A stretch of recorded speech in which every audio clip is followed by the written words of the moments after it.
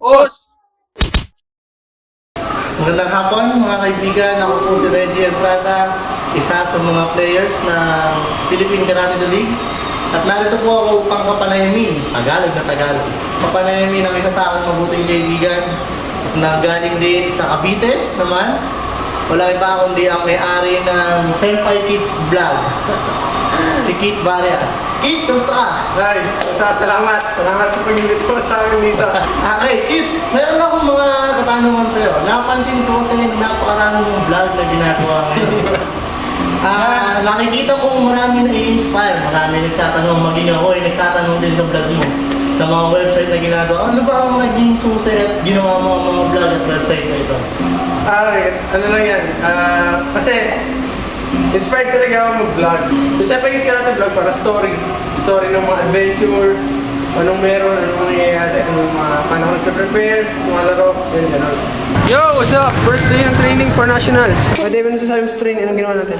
Masaya, kahit masakit ang likod ko. Light pa lang yun, light. In a way, meron din ako mga na-inspire ng mga kids lalo na, kaya mga bata. Oo nga, nakikita ko nga dahil maging ang isa sa mga aking mga estudyante.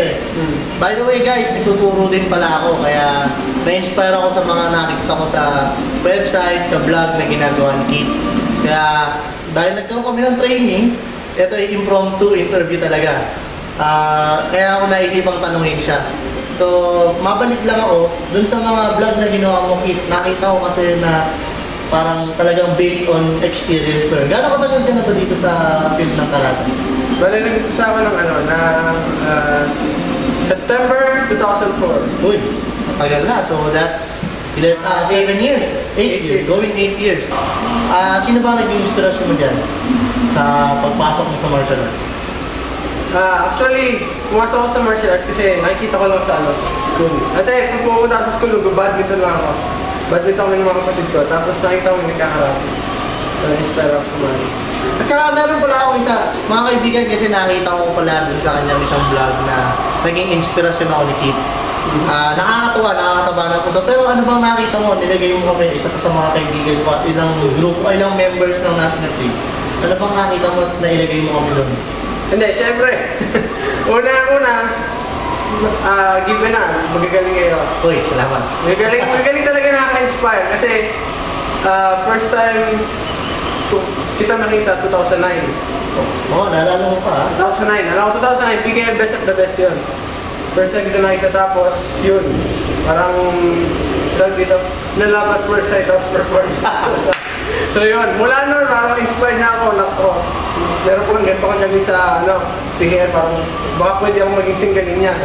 Ganon yung Tapos, syempre, kasama din doon yung criteria kung ba't idol ko yun. Kasi ito yung mga taong hindi basta-basta magkukuit sa karate. Parang may mga pangarap. Kaya kung may mga pangarap kayo sa karate, may mga gustong marating. Ganon din, meron din mga gustong marating. Kaya inspired talaga ako. Yun. Pero maganda siya, maganda dahil maging ako ay naging inspirasyon ka din sa tinatawag ko ngayon dahil mga kaibigan, malapit na rin po kasi akong, alam mo na, hindi tayo bumabata, medyo Bata pa! nagde-depreciate na po tayo. Kaya nandun na rin po tayo sa, malapit na tayo mag-decide na titigil na tayo. Kaya nakikita ko na mga bata pa to, mga bata na kagaya ni Kit ay isa sa mga tao na pwedeng magtuloy ng mga pangarap natin. So yun po, ano ba ang mensahe mo kita aking mga estudyante kung sakasakaling i-airin natin to? Ano bang mensahe mo sa kanila? Sa lahat ng mga sa estudyante, sa Reggie, at sa lahat din ng iba pang aspirants na gustong makaabot sa mga national level, international level games, basta lagi continuously dream, tapos train hard lagi. Parang huwag kang susuko agad kasi yung dream, sa pag-abot ng dream na maraming hadlang, maraming kung anong obstacles na paglalaanan. Kapag nag-quit ka agad, nawalan ka agad ng lakas ng loob, matatalo ka. Tama. Diba sa'yo, diretso lang, train harder, train smarter, and enjoy. Always enjoy karate. At isa pa po, ano ba ang masasabi mo sa mga kagaya mong vlogger din na sabihin natin hindi lang pagdating sa martial arts, ano ba yung mga iniingatan mo bago mo i-release ang yung mga vlog? Ano ba ang mga kino-consider mo? Siyempre, kailangan nakaka-inspire yun. May mapupulot na rin yung manonood. Parang gano'n. Para hindi, no junks, parang gano'n. No junks. No junk, guys. No junk, ha? No junk food. Tama ba? Tama din, no junk food. Ayan po mga kaibigan. Maraming salamat, Tito Marias. Thank you ulit. Salamat. Salamat sa pagbibigay ng pagpapaunlak sa aking biglang imbitasyon. Sana ilabas mo to sa iyong vlog.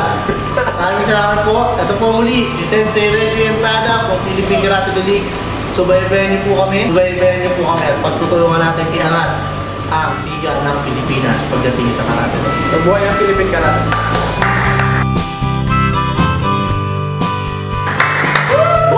Ang galing yun ah! Hindi ko na-expect yun ah!